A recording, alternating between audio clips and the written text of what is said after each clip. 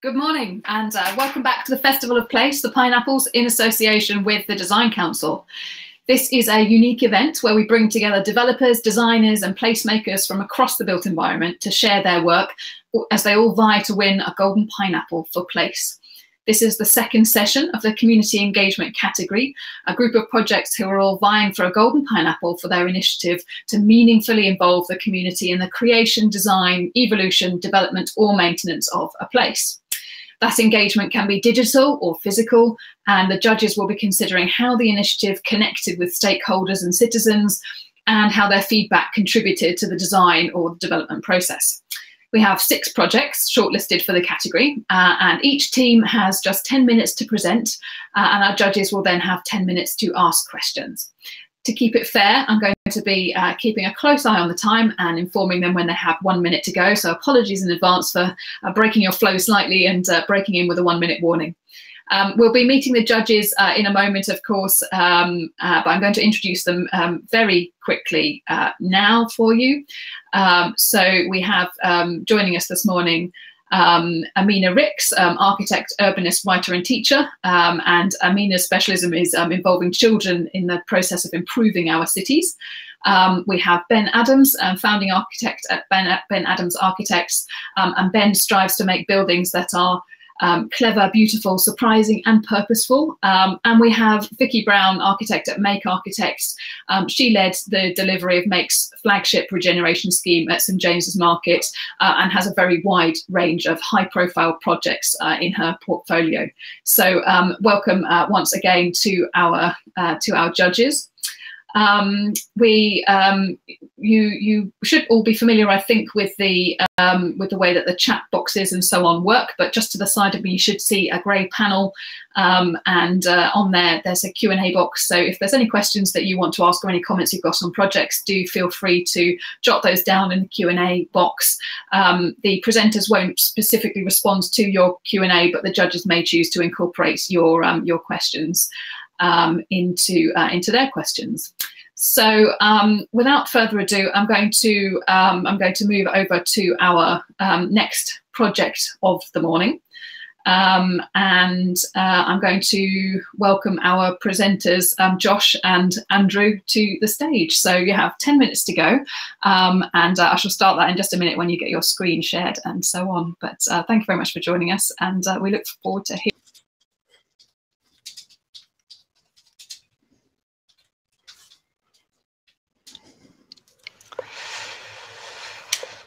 So we're going to present. Thanks, Josh. We're just going to present to the work that we've been doing at Trent Basin in Nottingham and the engagement process that we went through with local people and stakeholders. If you could move to the next slide, Josh.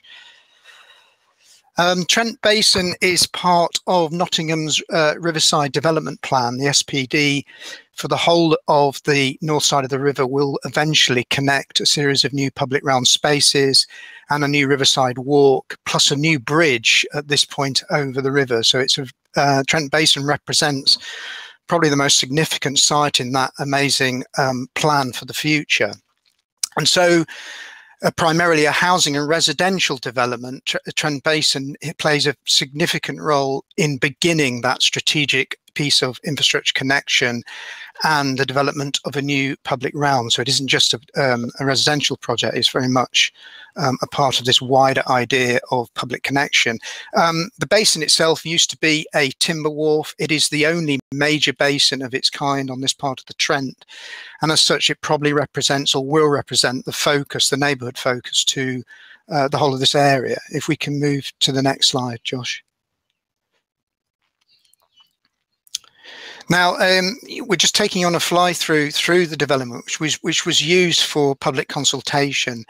And primarily, we were talking to people of all ages during COVID about the new infrastructure, the new landscapes, and particularly the new ideas about a sustainable way of living in this urban environment. Trent Basin will meet thermal performance passive house standards, but at the same time, in order to free up as much public realm for people as possible, we're building a car barn and people will park their cars, future-proofing for electric charging, and walk to their homes. And what this has meant is that we can give over much more space to a new landscape and public realm, and to reinforcing the ideas enshrined in Nottingham's SPD. Now, one of the interesting things about this approach to living was the planners challenged us to understand whether the people of Nottingham, and particularly the buying public, would accept this new form of development. And so this community consultation, this new platform for engaging people, helped us reach as many people as possible, and helped us to get significant responses to this new idea of sustainable living, which was all highly supportive. So I think Josh is going to move on now to talk to you about how that engagement process worked. Next slide. Thanks, Andrew. Yeah, absolutely. So in that story, what we really wanted to do was create a narrative that people could help write, and a story that didn't really focus on the housing element of the development as such. It wasn't just about building houses. It was largely about how we could create a public realm, a place for people, for local people, for the future. And as part of that engagement exercise, it wasn't about being constrained by the COVID-19 pandemic. It was about using that as a catalyst, as an opportunity to rethink the way that we did things. So rather than being constrained by the more traditional means of engagement, we wanted to come up with a methodology and approach that was truly inclusive, so that anybody could access the information, all the design information at any time, and understand the process as it evolved. And it really was a process that evolved throughout the design, which I'll come on to shortly. So you can see on the screen here already some examples of the types of material that was presented to the public, some of the leaflets, the posters that were put up around the local community, and then some of the workshops that were held, and the virtual consultations, and some of the physical drop-ins as well.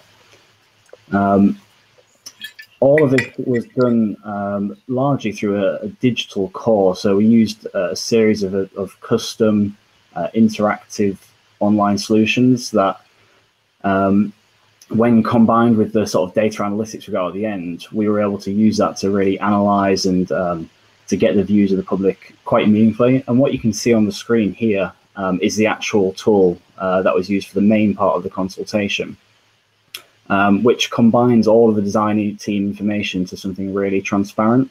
On the left-hand side is all the text and highlights, but what's really key there is the accessibility. So for each of the chapters, for each of the sections that we took the public through, there was audio narration from Andrew, so you could actually listen to Andrew talk about the scheme in detail.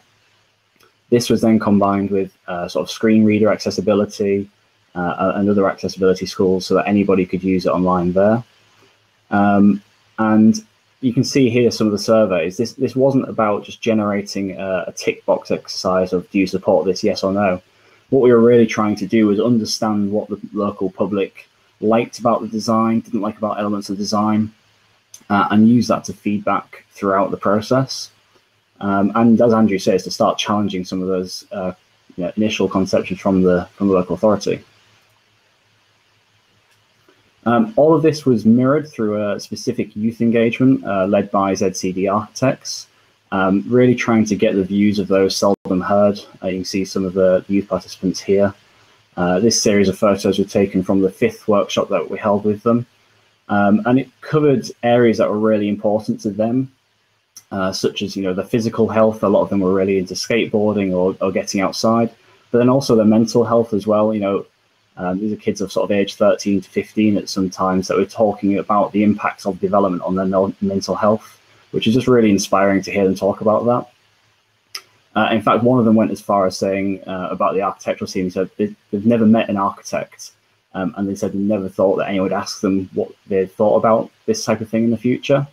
So it was just really eye-opening for the design team to hear what they thought about their designs, but then how they could influence part of that moving forward.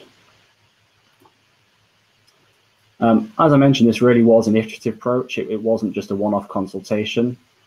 So what we did is we took the online tools, we took the online applications that we used for parts of the consultation, and then changed those throughout. So it was just tweaking the language for each audience and making sure that each audience, so whether that was the local authority or the general public, got the information that they needed in the right format.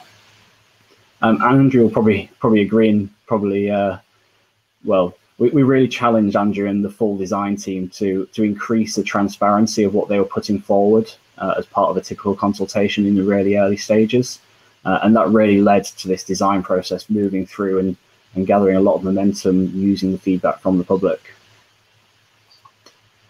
So Andrew mentioned there, a parking barn, an accessible water basin, community courtyards, and people-friendly spaces. And each of these in their own is nothing new. But when they were combined together into one master plan, it really challenged the ideas of what a 21st century neighbourhood could look like. And a lot of that was coming up against local policy, local officers who had certain ideas about what parking looked like throughout the development and what a parking barn might mean for the sales of the properties. And it was about hearing from the public that they actually had a far greater appetite to live sustainably in the future. And we were able to use the evidence from the engagement exercise to challenge those appetites, to push for better emission strategies, for better community living within the courtyards than even the local authority were probably prepared to take the risk on. And then you can see the stats and some of the quotes on the screen here, but it really has been quite a game changer from the local authority perspective. A really strong increase in participation, and just changing the way that the local authority can deal with public feedback as well for a private development. So we rattle through things there at quite a pace there to try and keep things short, but really look forward to your questions, and thanks for the time for listening to that. Thank you very much indeed, Josh and Andrew. Really appreciate that insight. Really eye-opening and interesting to hear about that iterative process. I have no doubt that our judges are going to have loads of questions for you. So judges, can I invite you to switch your cameras back on so we can see your wonderful faces? Aminah, I'm going to come to you first, if I may. So the privilege of the first question is yours. Over to you. Hi, Andrew and Josh. Thank you for sharing the project. Really, really beautiful. Nice way to have us kind of as a drone go through and see it from all the different angles. That's really helpful. Josh, you mentioned that this was the first time perhaps for Andrew to go through this transparent design process, and I'm wondering what were some of the challenges that were needed to overcome, and what were the gains perhaps in doing it in this way, with having the public so directly almost be sitting with you there at the computer helping to design elements. I'd say the main challenge is finding the right balance. So, and when I say balance, it's how much information do you really want to show the public in terms of what something could look like versus what they might see as a finished picture. And it's like the age-old battle of, well, if you show someone a finished design, they might think, job done. What do you need me for? You've shown me the final piece. So it really was, showing the art of the possible whilst reiterating in all the language. This really is an element that you could feed back on. And the CGIs that we've shown there with Andrew, they were in the latter stages of that engagement process. The early pieces were much more conceptual sketches. And where we started with this initially was a 120-page PDF of design drawings from with all the consultation team, and we had to turn that into something that the public could understand and digest in 2 to 3 minutes online or via the drop-in sessions. So, the main challenge is finding the right balance of what we did show with the public and the local authority teams, but then also how do you digest so much information from 10 years worth of planning into something that actually the public could comment on and we could use a meaningful design process. And then moving forward, will there be the project continuing forward? Will there be other means of engaging with folks as things are underway, or is it really just kind of this beginning initial planning? No, it will continue. So the online application is still live, even though the formal consultation closed. That's still there for people to add comments and will be updated. And likewise, there'll be follow-on consultation and drop-in events, and we're just getting ready to submit the planning application at the moment. So it's now capturing all of that feedback that we've gained throughout this this long process, turning that into something that we feel as a design team represents all of those views, and then continuing to engage with the local community that's already there, and then hopefully the community that is forming as the phases continue. I mean, what's really interesting about it is that the planners questioned whether the advanced ideas about sustainable living would be right for families, and yet this is a family destination. And it was interesting that we were able to utilize that concern as a question directly to the public, and I think we had 75% of recipients in the age group, both younger and more mature families, saying that they would welcome an opportunity to buy and live at Trent Basin. So that information, that data is now, we're able to use that as part of the planning application. So rather than just simple engagement, it's become a real tool to present back to the planners that actually their perhaps conservative ideas are not quite right with the mood of the public. That's a great asset. Thank you. Thank you very much indeed. Ben, I'm going to bring you in next, if I may.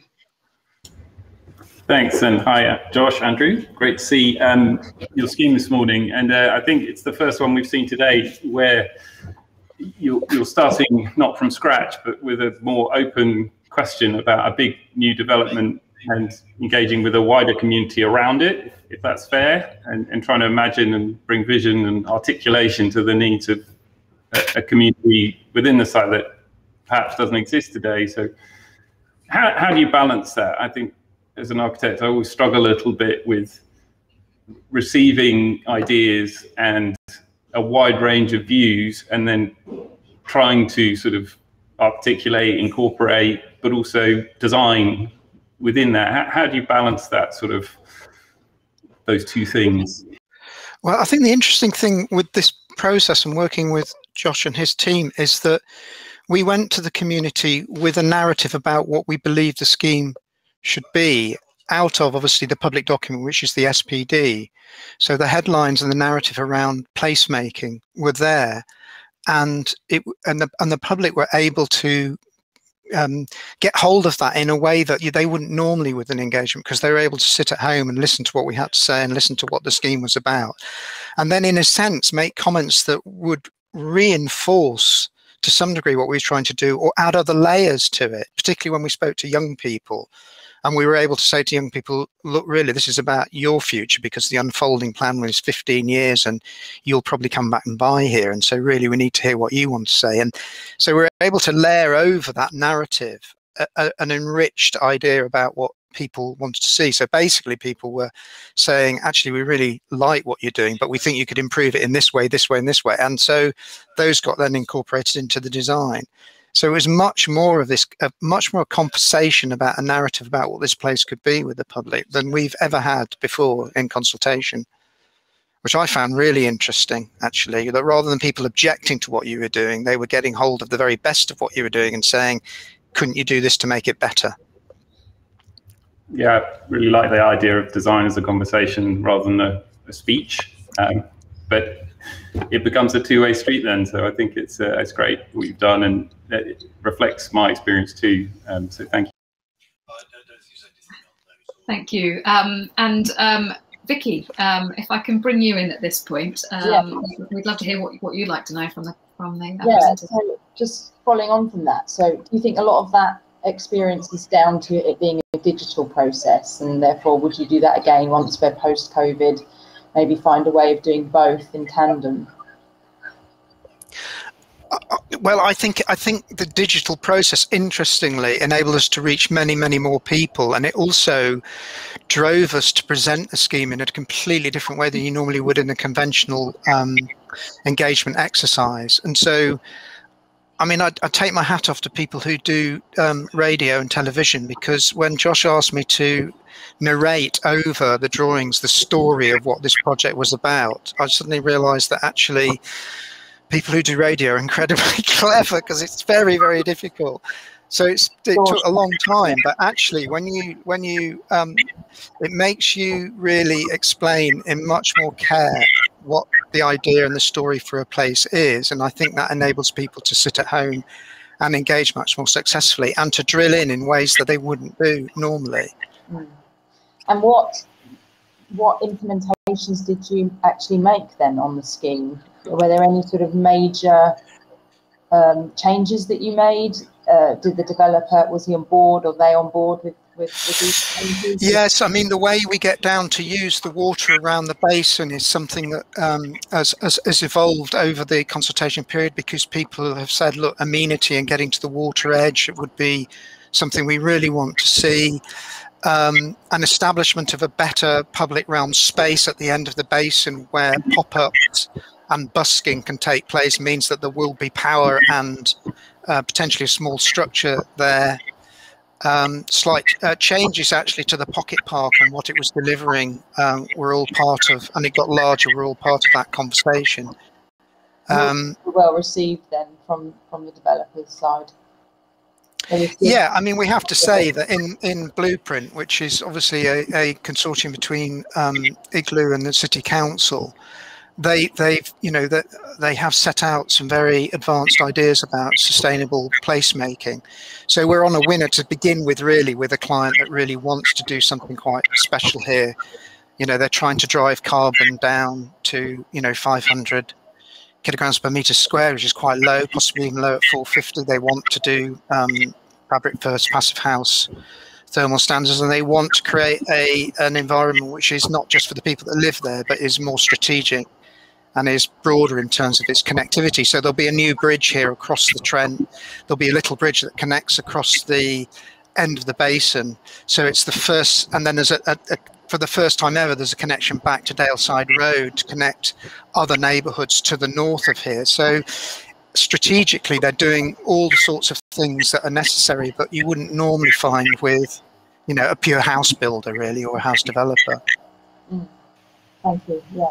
I think coming back to your initial question there, Vicky, as well, and tying at the end of Andrew's point, we were able to hear from that much wider community through the digital means than typically there were existing phases of development where that had gone down a more traditional route, and they heard from the local people. And whilst those views were important, it was great to get evidence from wider afield in Nottingham that it wasn't just, the very local people that cared about the sustainable element. It was, a wider opinion from elsewhere in Nottingham as well. It's a positive from the COVID age then to take away. Yeah, very much. Yeah. Lovely. Thank you very much indeed. I'm sorry to call time. Unfortunately, I'm afraid that's my job this morning. Josh Dickerson from Deetu and Andrew Matthews from Proctor and Matthews, thank you very much indeed for sharing that with us. You can tell the judges are really interested from their fantastic questions. I think our deliberation is going to be a really tricky one when we get to lunchtime. So thank you very much indeed for sharing. It's now time to move on to our fourth project of the morning, and we are heading back to Bristol, to Soapworks Bristol. The consultation for Soapworks used a bespoke app, Give My View, as well as consultation meetings, newsletters, telephone and posted information as well. So to tell us more about the entry, I'd like to welcome Liam to the stage. So Liam, you're going to have 10 minutes to persuade our judges, and then we're going to move on to our question and answer. And apologies in advance for breaking in at the 1 minute point to give you a 1 minute warning. Thank you. But I'm delighted to have you here, and I shall hand over to you. Thank you very much. I'll share my screen.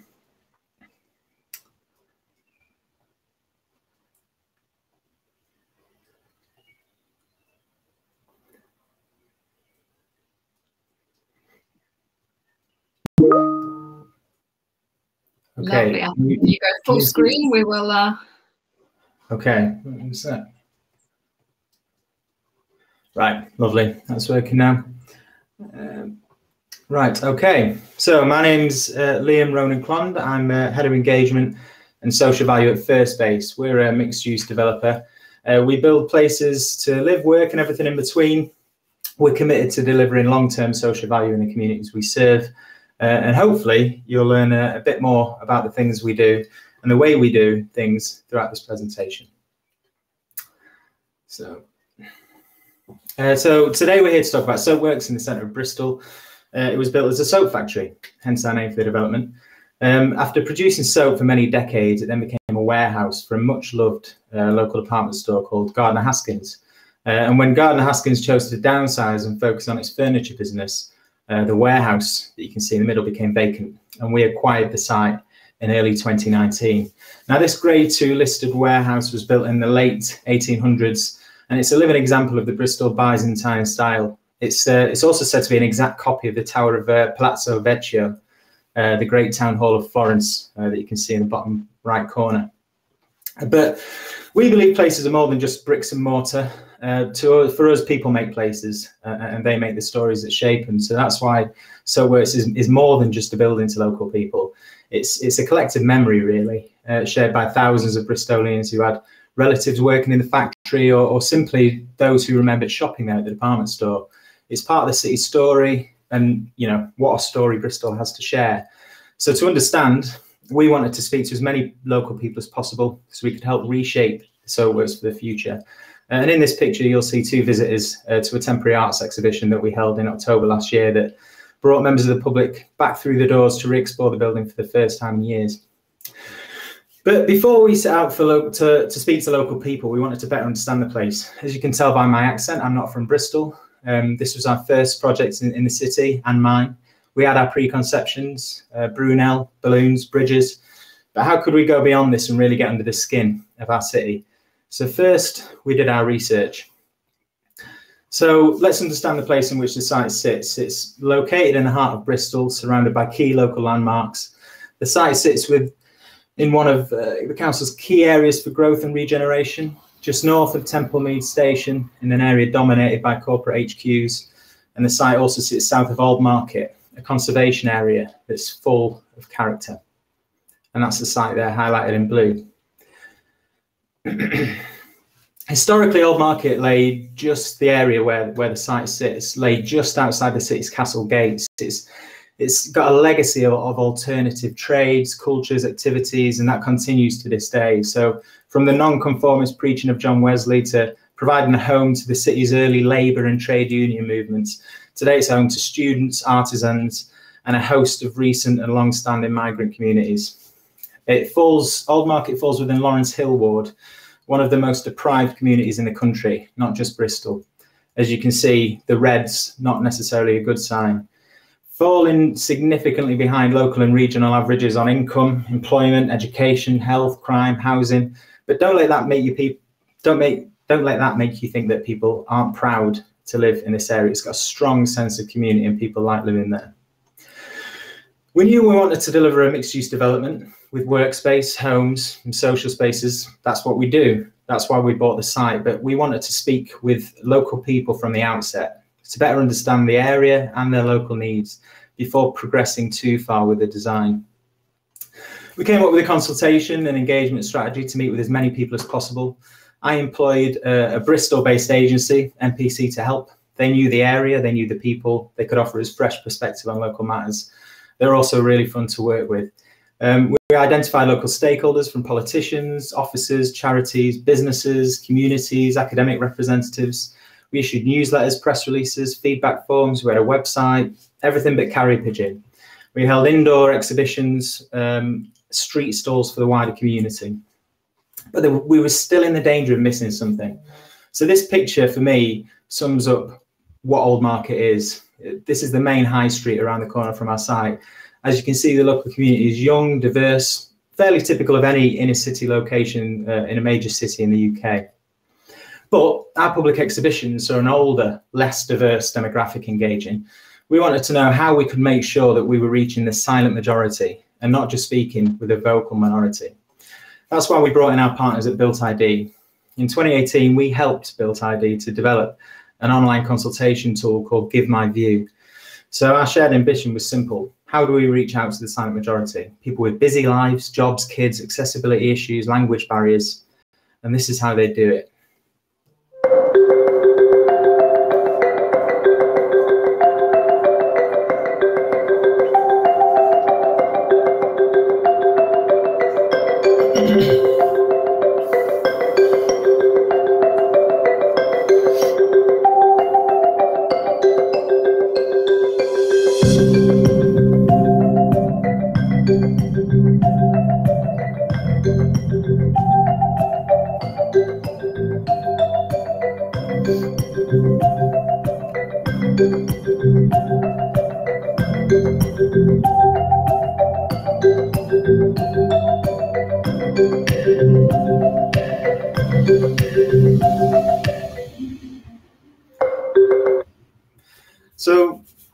Bristol Soapworks was our first project collaboration together, and it was hugely successful. You saw them from the video, what they do, and we were overwhelmed by the response. Nearly 6,000 people responded to have their say.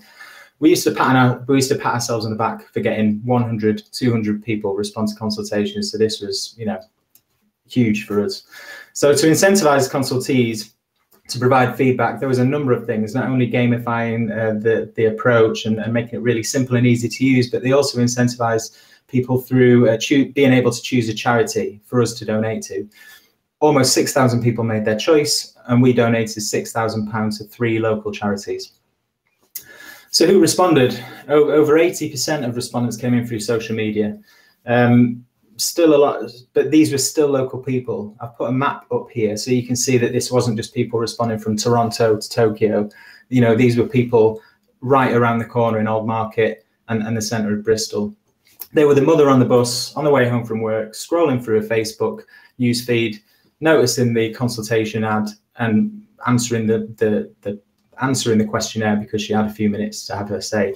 But would she have come along to the community exhibition? Potentially not.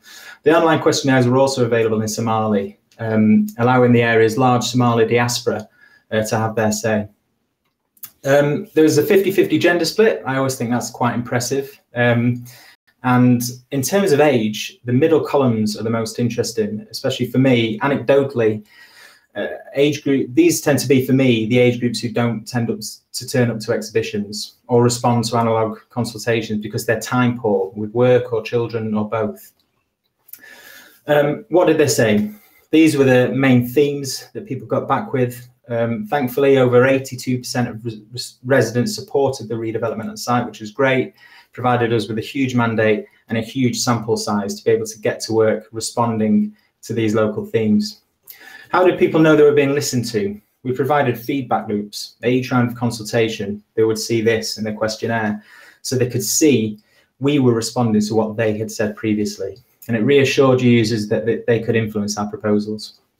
And hopefully, I've picked an image here that sort of goes back to those themes that people raised in terms of us providing open and green space, in terms of providing an outdoor space for the local market, hopefully respecting local heritage, providing new pedestrian routes. And you probably can't see because we're standing on top of it, but a new local store for people. And here's a ground floor layout, further illustrating the benefits the proposals will deliver, including £175 million being invested at a time of recovery, delivering over 2,000 jobs across 200,000 square foot of commercial space, 243 new homes, including on-policy affordable, as part of a 10-year blind build-to-rent development, new food, drink, leisure, retail opportunities with a focus on local independent businesses, bringing over 100 new plant species and new trees to really green this brownfield site, and a car-free development with secure cycle facilities. But our engagement wasn't just about design. Yeah. 1 minute warning. Yeah. Yeah. Okay. Thank you. Our engagement wasn't just design, it was about place. Buildings don't chase places, partnerships do. We work with the social value portal to leverage a consultation towards exploring what mattered most to people in the community. This is now laid out within a social value action plan, a public document holding us to account on our ambitions and measuring our progress in achieving our aims. Through our social value action plan, we aim to tackle local deprivation, improve local outcomes, and to ensure the social value plan is sustainable, we look to align with Bristol's One City Plan, the climate strategy, and also the UN Sustainable Development Goals. We spoke to a lot of organisations across the city. That provided us with a lot of opportunities to do some great things, including with a local primary school. We were able to step in during coronavirus and become more than a developer, but a friendly neighbour, helping the local school, for instance, with food, art supplies, and laptops. This is what our neighbours said about us as part of the planning application. Some nice things, some more positive feedback. And I'm going to wrap up because we've not got long left, but we were delighted to achieve planning consent on 28th April this year, following a 2-year engagement journey that began in 2019, 2 rounds of public consultation. We're still talking to people now. We're still meeting stakeholders just in masks or on Zoom. And we're discussing how we can begin to deliver now that social value and those long-term benefits that we've been speaking about for the past 2 years. And engagement provides intelligence, opportunities, friendships, and that's why I enjoy doing what I do here at First Base and with this project. Thank you.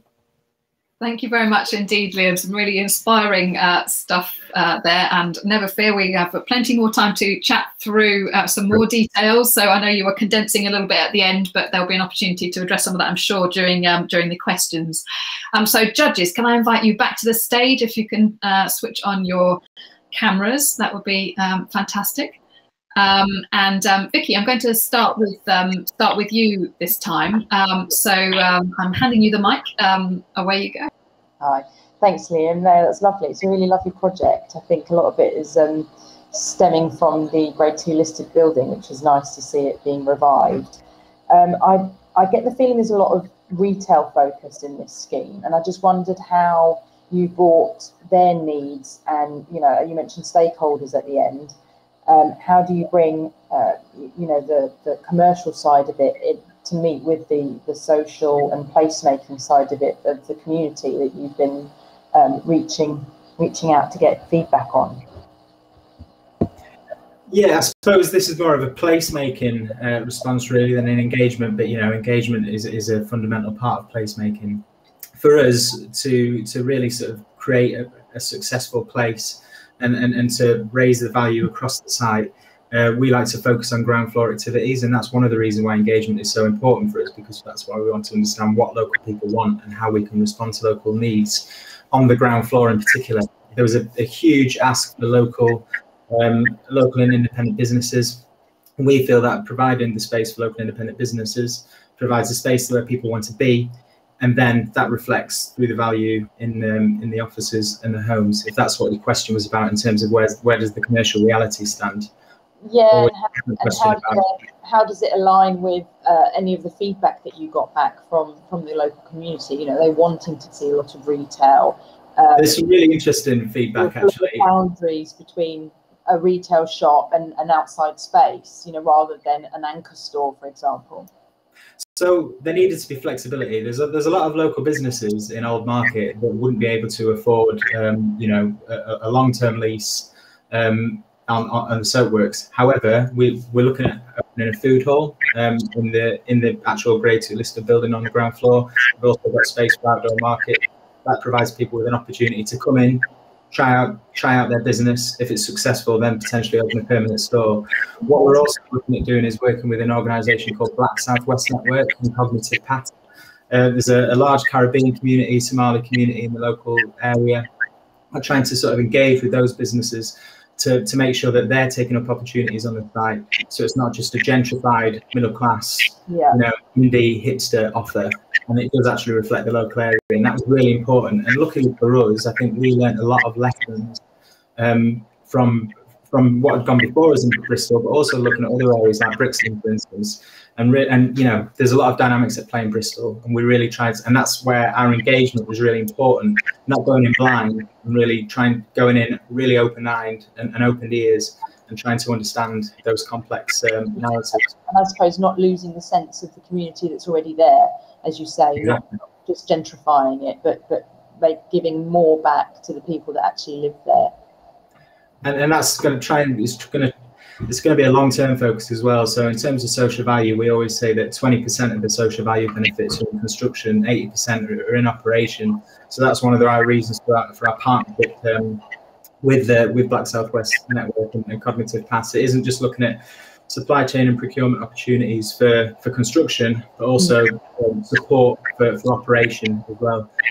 So when those lettings do become available, and when those spaces do become available, that we're working with local businesses and making sure that they're in the loop, aware of opportunities and supported. Yeah, thank you. That's good. Thank you. Aminah, over to you for your question. Hi, Liam. I want to tell you, Bristol is one of my favorite cities. I really like it. So it's really nice seeing this in the building. You mentioned, or you shared, that a lot of the feedback that you got via the app were people asking for affordable housing.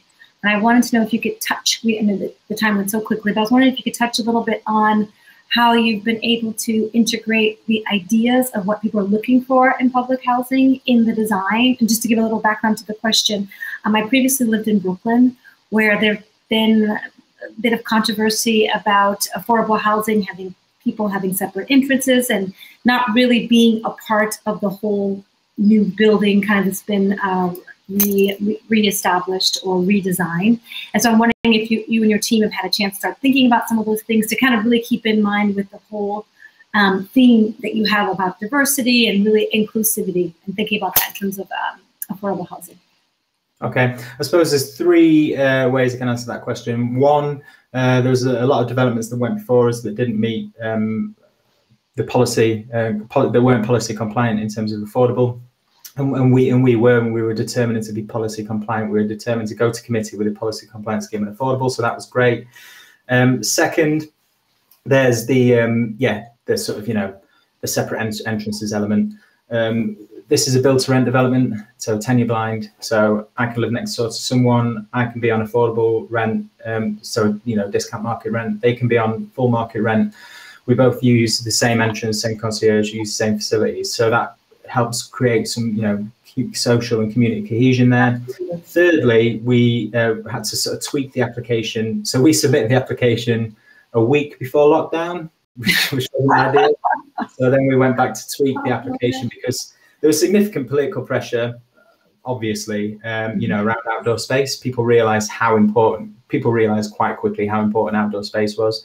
So we significantly increased the amount of private balconies, but also utilised all the rooftops, trying to use as many rooftops as possible for communal outdoor activities, whether that's exercise, so people go out and work, garden, and really utilise the outdoors. So the scheme was changed the summer of 2020 for that as well. Wonderful, thank you. Thank you very much. Lots of hearts going up on that last point there, Liam. Ben, over to you for our final question of the. Thanks, Emma, and thanks, Liam. It was a great presentation, really interesting to see, and we went deep quickly, which is a difficult thing to do. So thank you for that. I want to ask about social value. I think you made the point about social value many times as a phrase, and then noted that I think 20% of it happens during construction, 80% of it comes later. So I just wonder, how do you measure it? How do you track it? What are the metrics for that? How do you make sure it works? It's not just a sort of planning tool, it's actually embedded in that place. So the engagement continues, as you said, long after construction's finished and, developers done that. It's a big question. It's a question that I've been engaged in for the past 2 years, is working with the UK Green Building Council to help with the defining social value toolkit that came out recently. I've also been working with the National Social Value Task Force as well on this very question about how we can make sure that social value is stuck to, and that it's understood, and that and that it's delivered.